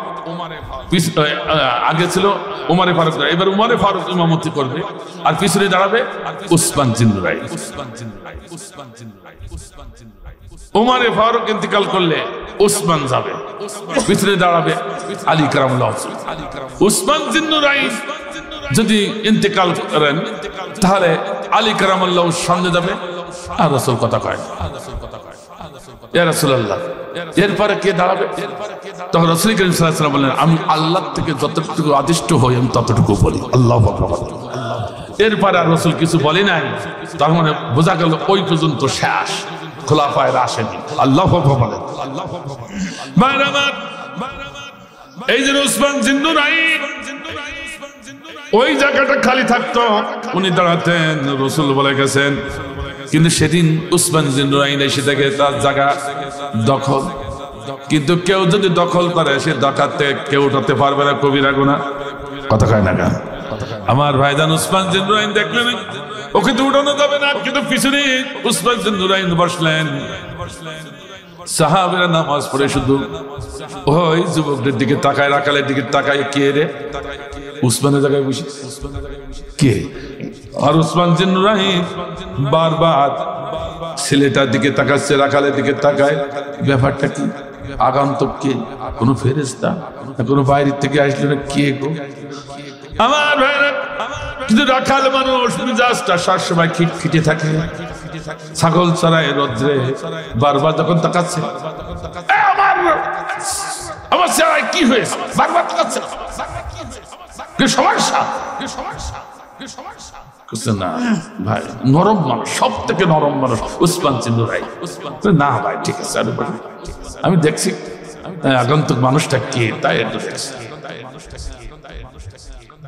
লোকজন সাহাবীরা বলছে, কয় কি উসমান জিন্নুরাইনের ধমক দেয়? কি পাগল কোনটা? আমার ভাইদান বলছে, তুমি কে? আমি একদিন এসেছি আর আসবো না। কেন? আমি দেখতে এসেছি। সুবহানাল্লাহ। আমাদের বারবার তাকানোর দরকার নাই, আমি একদিন এসেছি, আমি আর আসবো না, আমি আসতে চাই না। বড় বড় সাহাবীদের ভিতরে তাকাতাকি করে, তাই আমি গরিব মানুষ, আমি আসবো না। আমি একদিন এসেছি, কি করতে এসেছো? দেখতে। উসমান ফারুক ও উসমান রাদিয়াল্লাহু তাআলা জিন্নুরাইন চিন্তা করলো, আল্লাহ রে, আমি এতদিন যাব যখন তোমাকে দেখতে পাই নাই, এই তোমার গোলাম যদি আজকে তোমাকে দেখবে, তাহলে তোর সঙ্গে যদি আমি আতাত করি আমারও দেখা হইয়া যাবে। কুনু মা সাদিকিন, সাদিকিনের সঙ্গে থাকো, তাহলে তুমি পেয়ে যাবা, ঠিক কিনা? উসমান জিন্নুরাইন তোর হাতটা বাড়িয়ে দিয়ে একটু মুলাকাত করলেন। তো কেন? আমু তুই এতদিন যাব দেখতে চাইছি, তো দেখতে পাইনি, তা তুমি যখন আজকে দেখবা তোমার সাথে আমার দেখাটা হয়ে যাবে। উসমানের দেখা তার দেখা আলাদা, ঠিক কিনা? রাখাল দেখবি উমরে ফারুককে, আর উসমান রাদিয়াল্লাহু তাআলা দেখবেন কাকে? আরো জোরে বলুন না। রাসূল করিম সাল্লাল্লাহু আলাইহি ওয়াসাল্লাম বলেছেন, এমন ভাবে তুমি ইবাদত করবে দেখো যেমন তুমি আল্লাহকে দেখছো। যদি এমন অবস্থা যে সৃষ্টি না হয়, তুমি মনে করবে আল্লাহ তোমাকে দেখছে, ঠিক কিনা? উসমান জিন্নুরাইন ওর ঠান্ডায় বেশি গেল যে এর সঙ্গে আল্লাহ তুমি আজকে আমাদের একটু কবুল করো। আল্লাহু আকবার বলেন, আরে আল্লাহু আকবার। সাহাবীরা জলিল কত সাহাবীরা তো হতভম্ব যে কি উসমান জিন্নুরাইনের ধমক দিল, আবার তার সাথে আতাত করছে। ব্যাপারটা কি রে? কেমন যেন একটা হয়ে যাচ্ছে। বসে আছে, হঠাৎ করে কত কামাতি সালাতেই বলেছি উমারে ফারুক সামনের দরজা দিয়ে যেই না সামনে দাঁড়াই গেল। ইমামতির জায়গায়, কিসের জায়গায়? ইমামতির জায়গায় যে দাঁড়াইছে, অমনি রাখাল চিৎকার দিয়ে বলে, আল্লাহু আকবার, আল্লাহু আকবার। সাহাবীরা অবাক, মসজিদ ধরে ঠান্ডা, মসজিদ নববীর ঠান্ডা, কি ব্যাপার? উমারে ফারুক ইমাম সাহেব কেবল দাঁড়ালেন আর আল্লাহু আকবার লোক পড়তেছে, কি ভুল করলেন? এই পাগলের কেড়ে উসমান জিন্নুরাইনকে ধমক দেয় আমাদের আমিরুল মুমিনিনকে, সে আল্লাহু আকবার বলে তাড়াতে চায়। তোমার আমিরুল মুমিনিন আমি ছিলেন বলছে, তুই কেন আল্লাহু আকবার বল? আল্লাহু আকবার বলবো না? একটা ভণ্ড, একটা মুনাফিক, একটা প্রতারক, আর সেই সিনেমাদের কাতারে আমি আল্লাহু আকবার বলবো না, আল্লাহু আকবার বলে ওর দূর করতে চাইছি। ওখানে উমারে ফারুক, আল্লাহু আকবার, আল্লাহু আকবার বললেন, কয় কি পাগল, কয় কি উমারে ফারুক? ওই তো তোমার। তখন মার মার শব্দকে টেনে বের করে নিয়ে যাবে, পাগল। ওমারে ফারুক বলছে, আতিউল্লাহ ওয়া আতিউর রাসূলা ওয়া উলিল আমরি মিনকুম। সবটা সুবহানাল্লাহ বলেন। এই কথা কয় না, কথা কয় না। এই আয়াত যখন পড়েছে, মানে সাপের মাথায় বীজ রে সাপ যখন শুয়ে পড়ে মাটিতে, ফের হাত বাদ দিয়ে ঠিক সমস্ত সাহাবীরা একবার যার মতো সেই জায়গায় চুপ। সুবহানাল্লাহ বলেন। তাহলে আয়াতের পাওয়ার বুঝতে পেরেছি? এই আয়াতের পাওয়ার, আল্লাহু আকবার বলেন।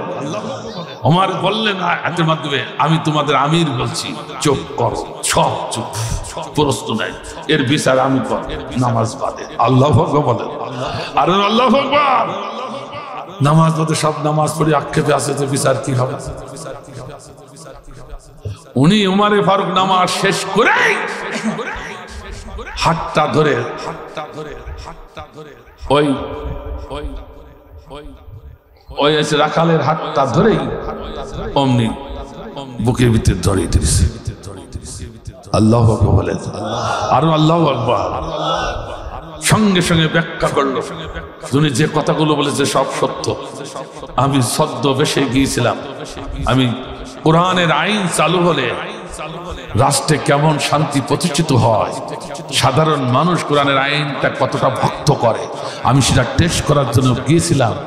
কিন্তু 100% তুমি আর আমি যা না তার থেকে 100% সে নিশ্চিত সে আল্লাহর গোলাম, সে আল্লাহর জান্নাতি। আল্লাহু আকবার, আর আল্লাহু আকবার।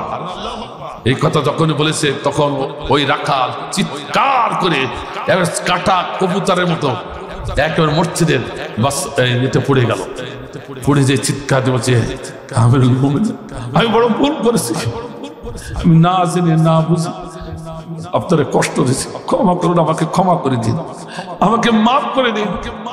আমার ভাইরা, আমি সংক্ষেপে কথাটা বলতে চাই যে খেলাফত আর ইসলাম দুইটা যদি একসঙ্গে সমন্বয় করে বাংলার জমিনে একবার কায়েম হয়ে যায়, এরকম অনাবিল শান্তি আসবে, তাতে কোনো সন্দেহ, তাতে কোনো সন্দেহ। আল্লাহ আমাদেরকে কবুল করুন, আমিন। ঢাকার কারাগারে বন্দি হইয়ারি কান্দে কোরআনের পাখি, জেলখানায় বইয়ারে কান্দে আল্লামা সাঈদী, দেশবাসীর লাইগারে। আল্লামা সাঈদী বলে গেলেন, ও দেশের আমার ভাইরে। আল্লামা সাঈদী বলে গেলেন, ও রফিক আমার ছেলে, আমার কথা মনে পড়লে দেখতে আইসো জেলে। দেখতে আইসা রফিক সাঈদী ফিরলেন না মায়ের কোলেতে কান্দে কোরআনের পাখি, জেলখানায় বইয়ারে কান্দে আল্লামা সাঈদী, দেশবাসীর লাইগারে।